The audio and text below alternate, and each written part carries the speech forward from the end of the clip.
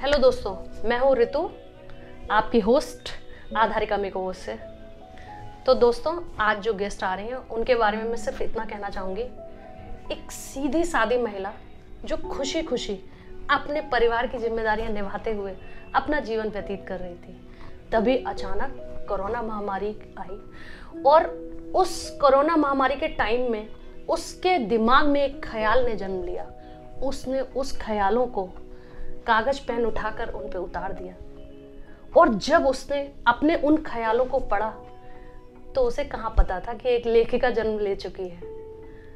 तो आइए उनको इंट्रोड्यूस करते हैं, जिन्होंने अभी लिखना शुरू किया कोरोना टाइम में और बहुत बुलंदियां छुई हैं। उनको इनवाइट करते हैं मेरी आज की गेस्ट मिसेस पारुल बंसल। तो गाइस, जोरदार तालियों से मैम का स्वागत करते हैं।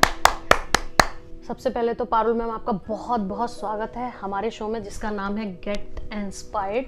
शुक्रिया ऋतु। मैम, मेरा आपसे क्वेश्चन ये है कि आप मुझे कुछ अपने बारे में बताइए।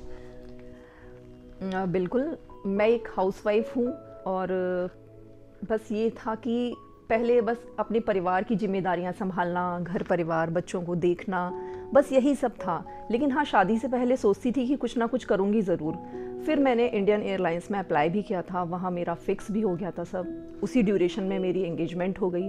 फिर यहाँ और मेरे इन लॉज दोनों ही लाइक नहीं करते थे कि मैं जॉब करूँ, तो फिर मुझे वहीं पे गिव अप करना पड़ा और फैमिली के साथ एडजस्ट करना पड़ा कि नहीं, दिस इज़ माई लाइफ। तो मेरे लिए प्रायोरिटी वही थी और आज भी वही है, क्योंकि उनको अवॉइड करके या उनको इग्नोर करके या उन्हें किसी भी ट्रबल में रख कर मैं कुछ भी नहीं करना चाहती। तो बस यूं ही बस मैंने एमकॉम किया, बस उसके बाद बस फिर पढ़ने की भी इच्छा थी, फिर नहीं पढ़ी और लेकिन फिर बस ऐसे ही चलता रहा और शादी हो गई। आज मेरे 2 बच्चे हैं, बिजनेस फैमिली है, बहुत खुश हूँ मैं। मैम, जैसे कोरोना महामारी ने काफ़ी लोगों की लाइफ में चेंजेस लाए, क्या आपके लाइफ में भी कुछ ऐसा चेंज आया? जी हाँ, कह सकते हैं कि आज मैं जिस क्षेत्र में हूँ वो मुझे कोरोना की ही देन है। और बस हुआ यूँ कि एक दिन अपने बेटे को पढ़ा रही थी, कलम हाथ में थी, तो कुछ यूं ही विचार आया मन में और उन पंक्तियों को मैंने कलमबद्ध कर दिया। तो बस लगा कि हाँ, कुछ अच्छा सा लिखा है, लेकिन खुद मैं डिसीजन नहीं ले पा रही थी क्या ये वाकई सही है, उत्तम है, पसंद आएगा किसी को। तो फिर बस सोचती रही, लिखकर छोड़ भी दिया। लेकिन कुछ दिनों बाद फिर भी मन में जद्दोजहद चलती रही कि शायद वो कुछ अच्छा था। तो अपने उस अच्छे को बहुत अच्छे में साबित करने के लिए मेरी बुआ जी हैं, रेखा अग्रवाल जी, जिनको काफ़ी पढ़ने का शौक़ है, लिखने का तो नहीं कह सकती, पढ़ने का बहुत शौक़ है और उन्हें हिंदी साहित्य से संबंधित जानकारियाँ भी बहुत हैं। तो बस फिर क्या था, उन पंक्तियों को मैंने उन्हें भेजा और उन्हें पढ़वाया। तो उन्होंने कहा, ये तो बहुत ही सुंदर एक कविता का सृजन हो चुका है और तुमने ही सृजन किया और तुम्हें ही नहीं पता। जैसे माँ ने बच्चे को जन्म दिया हो और माँ को ना पता चले, ऐसा संभव नहीं है। तो उनकी इन बातों ने मुझे इतना प्रोत्साहन दिया कि बस फिर मैं लिखती चली गई और वो क्रिया अनवरत आज भी जारी है। और उनके प्रोत्साहन के साथ साथ मुझे परिवार का भी सपोर्ट मिला। ऐसा नहीं कि जब मैं लिखती थी तो उनको तो दिखाती थी, साथ में मेरे पति को भी इंटरेस्ट आने लगा, मिस्टर हर्ष बंसल। तो वो भी कई बार मेरी मदद किया करते थे एडिटिंग में, और कुछ मैं लिख रही हूँ वहाँ शब्दों के संयोजन में कि यहाँ ये शब्द विन्यास उचित नहीं है, तो उन्होंने भी मेरा उचित मार्गदर्शन समय समय पर किया। तो हम कह सकते हैं कि कहीं ना कहीं आप अपनी रेखा बुआ जी से इंस्पायर हैं कि आप अपनी जो भी आपकी पहली रचना हुई उसको आपने सबसे पहले जो आपके दिमाग में वर्ड आया वो आया कि मुझे बुआ जी को दिखाना चाहिए। जी हाँ, मैं उनसे वैसे भी काफ़ी इंस्पायर्ड हूँ, क्योंकि उन्हें ऐसा ही नहीं, हिंदी के क्षेत्र में उन्हें सभी क्षेत्रों में उचित जानकारी है और अच्छी जानकारी रखती हैं। तो उनसे मैं काफ़ी फैमिलियर भी हूँ और फ्रेंडली भी हूँ। फैमिली तो है ही वो हमारी, फ्रेंडली भी हूँ। तो बस मेरे मन में बस एक उनका ही ख्याल आया जो मैंने उनको सबसे पहले दिखाया उस रचना को। पारुल जी, आप एक चीज़ ये बताइए, जैसे ठीक है आपने लिखना अचानक स्टार्ट किया, क्या कभी बचपन में भी कभी आपके दिमाग में ऐसा थॉट था कि मैं लिख सकती हूँ या मुझे लिखना चाहिए या मुझे लिखना अच्छा लगता है? कुछ कभी कहीं तो क्लिक आपके बचपन में था कुछ? बिल्कुल बिल्कुल ऋतु जी, ऐसा सवाल आपके साथ साथ मुझसे पहले भी कई लोग कर चुके हैं कि आप इतनी जल्दी ऑल ऑफ सडन तो नहीं लिख सकती, कहीं ना कहीं आपका पहला लिखा हुआ कहीं डायरीज में सेव होगा, आप स्कूल कॉलेज में लिखती होंगी। तो कम ही लोग यकीन करते हैं कि ऑल ऑफ सडन एकदम ऐसा होना 1 साल के अंदर और इतना लिखना जाना, साहित्य में बढ़ जाना आगे। तो मैं यही कहूँगी कि स्कूल कॉलेजेस में मैं कभी नहीं लिखती थी। हाँ, ये ज़रूर था कि वाद विवाद प्रतियोगिताओं में और इस सभी में मैं हिस्सा ज़रूर लेती थी। स्कूल की एक्टिव स्टूडेंट के रूप में हमेशा मैं वहाँ रही, लेकिन मैंने इस तरह से लेखन कभी नहीं किया। अब मेरे दिमाग में ये क्वेश्चन इसलिए आया क्योंकि मैंने आपकी रचनाएं पढ़ी हैं और उनमें जो वर्ड्स आप लेती हैं साहित्य के, वो बड़े टिपिकल होते हैं और कोई जानकार व्यक्ति ही उन वर्डों का इस्तेमाल अपनी कविता में या उसमें कर सकता है। तो इसलिए मेरे दिमाग में ये आया कि कहीं ना कहीं क्या कभी ऐसा पहले आपके दिमाग में रहा। मेरा आपसे जो अगला क्वेश्चन है वो ये है कि जैसे आपने जब लिखना शुरू किया तो उस समय क्या कुछ ऐसा हुआ कि आप डिमोटिवेट हुए कि मैं शायद नहीं लिख पाऊंगी या मैं शायद कुछ अच्छा नहीं कर पाऊंगी, या किसी ने आपसे कहा हो अरे हाँ लिख लो, मतलब ठीक है लिख ही तो रही हो? कुछ ऐसा होता है ना कि जब शुरू करते हैं तब ऐसा फेज आता है। बिल्कुल बिल्कुल सही कहा आपने ऋतु। ऐसी सिचुएशंस कई बार सामने आई, क्योंकि जब हम सोशल मीडिया ही एक जरिया था अपने आप को प्रूव करने का और वहाँ पर अपनी रचनाओं को पोस्ट करके जो कमेंट्स थे उनके अकॉर्डिंग हम उनको आंकना शुरू कर दिया था। हमें लगता था कि अगर हमारी रचना पर ज़्यादा कमेंट्स आ रहे हैं तो हमारी रचना अच्छी है, जबकि इस कन्फ्यूजन से हम तब बाहर आए कि कुछ लोग सिर्फ ये व्यवहार सा निभाते हैं लाइक और कमेंट करके कि बहुत बढ़िया बहुत सुंदर। तो हमें उस जो चक्रव्यूह है हमें उससे बाहर आना था और ना कि बहुत बढ़िया और बहुत सुंदर के जाल में फंसकर रह जाना था। हमें उससे और बेहतर लिखना था और अच्छा लिखना था, ना कि अगर हम उसी को अपनी समीक्षा मानकर कि हमें बहुत मोटिवेशन मिल रहा है तो हम वहीं रुक जाते हैं, हम कुछ और अच्छा करने की कोशिश नहीं करते हैं, हम वहीं रुक जाते हैं। लेकिन नहीं, मैंने इस चीज़ को इग्नोर किया और अच्छे साहित्य को पढ़ा, अपने आप में उतारा और उसको फिर अपने लेखन में शामिल भी किया मैंने। क्या मैम आप सिर्फ पोयम ही लिखती हैं या आप क्या क्या लिखती हैं? मैं हिंदी की कविताएं, लघु कथाएं, कहानियाँ, छोटे छोटे गद्य, दोहे, सभी कुछ। इसके लिए मैंने कई सारी वर्कशॉप्स भी ज्वाइन की जिसके माध्यम से हमें उचित मार्गदर्शन भी मिला और जिससे हमारे लेखन में उत्तरोत्तर सुधार भी हुआ। आप घर की जिम्मेदारियां, जैसे आपने कहा कि आप हाउस वाइफ हैं और आपका बिजनेस फैमिली बैकग्राउंड जो है, तो सुबह सर को टाइमली जाना होता है, नाश्ता, फिर दोपहर का लंच, फिर डिनर, ये सब रेडी करना, इन सब के बीच में आप अपने लेखन के लिए कब टाइम निकाल पाते हैं? बिल्कुल सही कि वैसे भी मैं, जैसे कि मैंने पहले भी कहा, मेरा परिवार मेरे लिए प्रायोरिटी है। उन सब की जिम्मेदारियों से फ्री होकर जब मैं दिन में अपने लिए 1 घंटा या 2 घंटा अवश्य रखती हूँ दोपहर के बाद, उसी में मैं अपने सारे काम करती हूँ। और ऐसा नहीं कि फैमिली भी मुझे सपोर्ट करती है तब ही मैं ये सब कर पाती हूँ। मेरी मदर इन लॉ, मेरे बच्चे, सपोर्ट के सभी ने मुझे सपोर्ट किया इसमें और तभी मैं आज कुछ कर पा रही हूँ। और शायद इससे मैं बहुत सेटिस्फाई भी हूँ कि कुछ करना चाहती तो थी लेकिन तब तक पता नहीं था कि क्या करना है, क्या मंजिल है, किस डगर जाना है। लेकिन इस कोरोना ने बस ऑल ऑफ सडन, मैं तो इसे भोलेनाथ की देन ही कहूँगी कि जिन्होंने मुझ पर अपनी कृपा दिखाई और जिस कारण मैं लेखनी को मेरे हाथों में थमा दिया। आपसे मैं आपकी वो पहली रचना जानना चाहूँगी जो आपने पहली बार कलम के हवाले की थी। बिल्कुल बिल्कुल बिल्कुल। और वैसे भी वो रचना मेरे दिल के बहुत करीब है। जैसे कहते हैं ना, माँ को अपने पहले बच्चे से बहुत स्नेह होता है, तो शायद ऐसा ही मेरा स्नेह अपनी उस रचना से है। तो लीजिए, रखती हूँ कुछ पंक्तियाँ उसके आपके सामने। सोच रही हूँ ऐसा कि आज मेरी बचपन से मुलाकात हो जाए, सोच रही हूँ ऐसा कि आज मेरी बचपन से मुलाकात हो जाए। वो गुड़िया खिलौने, वो साइकिल चलाना, वो वर्षा ऋतु में कागज की नाव बनाना। वो गुड़िया खिलौने, वो साइकिल चलाना, वर्षा ऋतु में कागज की नाव चलाना। वो मिट्टी की सौंधी सी सुगंध मचा रही हृदय में अंतर्द्वंद। वो मिट्टी की सौंधी सी सुगंध मचा रही हृदय में अंतर्द्वंद। सोच रही हूँ ऐसा कि आज मेरी बचपन से मुलाकात हो जाए।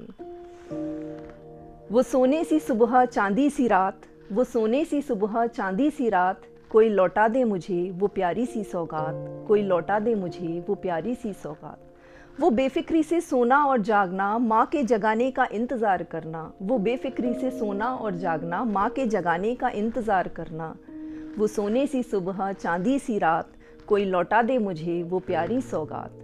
सोच रही हूँ ऐसा कि आज मेरी बचपन से मुलाकात हो जाए। बहुत बहुत सुंदर। आपने तो खुद की बचपन से मुलाकात की, बल्कि आपने ये रचना हम लोगों से शेयर करके हम सबकी बचपन से मुलाकात करा दी। हम सबका बचपन शायद ऐसे ही कि बारिश हो रही है तो हम कागज की नाव बना रहे हैं, मम्मी हमें उठा रही हैं तब हम उठ रहे हैं क्या, और ये सब कुछ हमने आपकी इस रचना के साथ हम भी अपने बचपन में वापस चले गए। बिल्कुल सही कह रही हैं आप, क्योंकि हमको कुछ भी लिखने का अधिकार तब है जब हम उन सारे भावों को अपने भीतर महसूस कर लें, जब वो भाव हम पर तारी होते हैं तभी हमें उन्हें कलमबद्ध करना होता है, तभी हमें उन्हें, एक सच्चे लेखक को तभी उन्हें लिखने का अधिकार है। और मैं ये भी कहूँगी सिर्फ एक लेखक को लिखना ही नहीं है, उसे अपने से बड़े समृद्ध लेखकों को पढ़ना भी है, तभी उन्हें 1 या 2 लाइन लिखने का अधिकार है। जब वो 10-20 पन्ने पढ़ लें तब कहीं जाकर उन्हें 1 पंक्ति लिखने का अधिकार है। पारुल मैम, जब आप लिखती हैं तो आपको शब्द कहाँ से मिलते हैं या कहाँ से इंस्पिरेशन मिलती है लिखने के लिए? बिल्कुल सही कहा आपने कि जैसे इंस्पिरेशन कहिए या कोई सब्जेक्ट कहिए या कोई चित्र है, जैसे हमारी आंखों के आगे वो घूमता रहता है, हमारे इर्द गिर्द बहुत सारी कहानियाँ बिखरी होती हैं, तो हम उन्हीं से सब्जेक्ट उठाते हैं और फिर शब्द तो बस खुद ब खुद बाहर आने ही लगते हैं। जैसे एक दिन मैं रोकूंगी आपको, एक दिन मेरी पारुल मैम से बात हो रही थी तो मैम खीर बना रही थी और मैम को खीर पे ही कविता बनाने का वो हो गया कि मुझे खीर पे कविता बनानी है, और मैम ने बना भी ली और उसको जब पोस्ट किया तो लिखा यूं ही खीर बनाते बनाते। तो ऐसा नहीं है, क्योंकि हम जब लिखते हैं ऐसा नहीं हम तभी सोच रहे होते हैं, हमारे होल टाइम माइंड में कुछ ना कुछ चल रहा होता है। ऐसा नहीं है, सोते वक्त भी एक पंक्ति जब मचाती है अंतर्द्वंद मध्य रात्रि, सुबह तक उसका दम घुट चुका होता है, क्योंकि अगर हम उसे उसी वक्त उस थॉट को नहीं उतारेंगे तो सुबह तक वो हमारे माइंड से वॉश आउट हो जाता है। ऐसा नहीं है कि वो हमारे में बना रहेगा। तो एक हम लोगों पर एक जुनून होता है कि हमें उसको अभी करना है, तो फुल डेडिकेशन के साथ हम उसको तभी करते हैं। मैम, क्या आपका कोई साहित्यिक बैकग्राउंड भी है कि आपकी फैमिली में या आपके रिलेशन में या नोन में कोई इस फील्ड में है? नहीं, मेरे फैमिली बैकग्राउंड कुछ भी नहीं है इस तरीके का साहित्यिक। बस ये था कि मेरे आफ्टर मैरिज मेरा कांटेक्ट थोड़ा सा मेरी छोटी बहन की 1-2 फ्रेंड्स थी जो इस फील्ड में थी, हालांकि उनसे कभी परिचय नहीं था, तो उन्होंने ही मुझे इस क्षेत्र में लाने में काफ़ी मदद भी की। जब मैंने लिखना आरंभ किया तो उनका भी मुझे काफ़ी सपोर्ट मिला। सीमा शर्मा और ज्योति शर्मा दोनों ने मुझे काफ़ी सहायता की।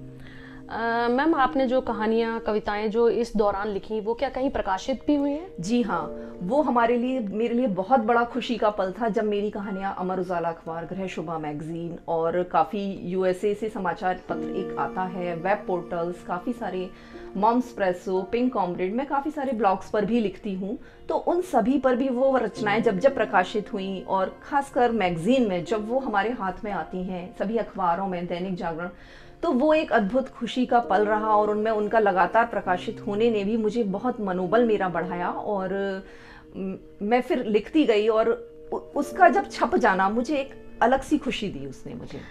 मैम, जैसे आप लिखते हैं तो क्या कुछ पढ़कर लिखते हैं या आप अपने व्यक्तिगत अनुभव से ही लिखते हैं? ऐसा नहीं है, हमारा व्यक्तिगत अनुभव तो काउंट होता ही है, क्योंकि हर चीज़ हम सिर्फ अपने अनुभव से नहीं लिख सकते। हमारे इर्द गिर्द हमारे समाज में जितने लोग हैं हम उनकी दशा के आधारित और सभी को केंद्र में रखकर लिखते हैं, सिर्फ स्वयं को केंद्र में रखकर नहीं लिखते। वैसे तो ये क्वेश्चन मैं आपकी बातों से ही समझ चुकी हूँ कि शायद आपके इस लेखन से कोई वैवाहिक जीवन पे कोई फर्क नहीं पड़ा होगा, फिर भी मैं आपसे जानना चाहती हूँ। नहीं, इसका कोई भी फर्क नहीं पड़ा, लेकिन जब कभी सोशल मीडिया पर मुझे कुछ दिक्कतों का सामना करना पड़ा तो मेरे हस्बैंड मिस्टर हर्ष बंसल ने ही मुझे उस वक्त सपोर्ट किया और मुझे डायरेक्शन भी दिया सही।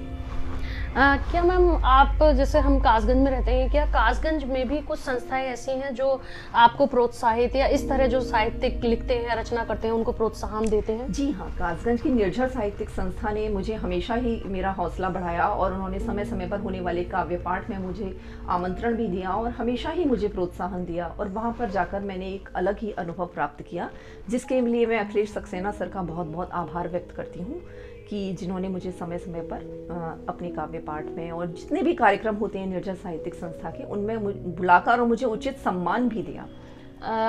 मैम, मेरा आपसे जो अगला क्वेश्चन है वो ये है कि जैसे आप बोल रहे हैं कि आपको बुलाया संस्था ने, तो आप आजकल किस तरह के कार्यक्रम कर रहे हैं? जी हाँ, जो इस तरीके के काव्य पाठ हो रहे हैं वह तो चल ही रहे हैं, जिसमें आमंत्रण आता है वहाँ जाते हैं, लेकिन आजकल कोरोना और फिर ये तरह तरीके के वेरिएंट आए हैं, उनके चलते ऑनलाइन प्रोग्राम्स ज़्यादा हुए हैं।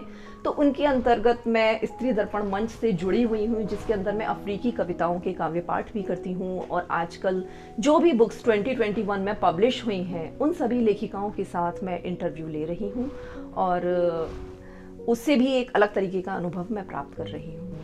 मैम, आपका ये सफर जो है वो कितना है, कब से लिखना शुरू किया है आपने? बिल्कुल, कितने साल या कितने महीने या कितना समय, मतलब इस सफर को अभी लगभग 1.5 साल ही समझिए। मैंने पिछले 1.5 साल से ही लिखना शुरू किया है, और सोचती हूँ अब इस सफर का मुझसे साथ ना छूटे, और बस मैं यूं ही इसके साथ कदम से कदम मिलाकर चलती रहूं। मतलब इतने कम टाइम, यानी कि मात्र 1.5 साल में मैम ने कभी लिखा नहीं था और लिखना शुरू किया, और उनका इतनी मैगजीन्स में प्रकाशित होना, इन संस्थाओं से जुड़ना, और यूएस का जो समाचार पत्र है उसमें प्रकाशित होना, ये अपने आप में ही एक बहुत बड़ी और बात काफी है। सारी साहित्यिक पत्रिकाओं में भी आता है, जो साहित्यिक पत्रिकाएं हैं, परिंदे हैं, साहित्यनामा पत्रिका है, दो आबा है, लमही है, काफी अनगिनत पत्रिकाएं हैं जिनमें भी हमारी रचनाएं पहले, बल्कि मैं बता दूं, शुरुआत में मैं भेजती थी तो मुझे बड़ा निराशा का सामना करना पड़ता था। उस समय हमारी रचनाओं का चयन नहीं हो पाता, तो हमें बड़ी निराशा होती थी कि नहीं, हम उस दर्जे का नहीं लिखते कि हमारी रचनाओं का प्रकाशन किया जाए।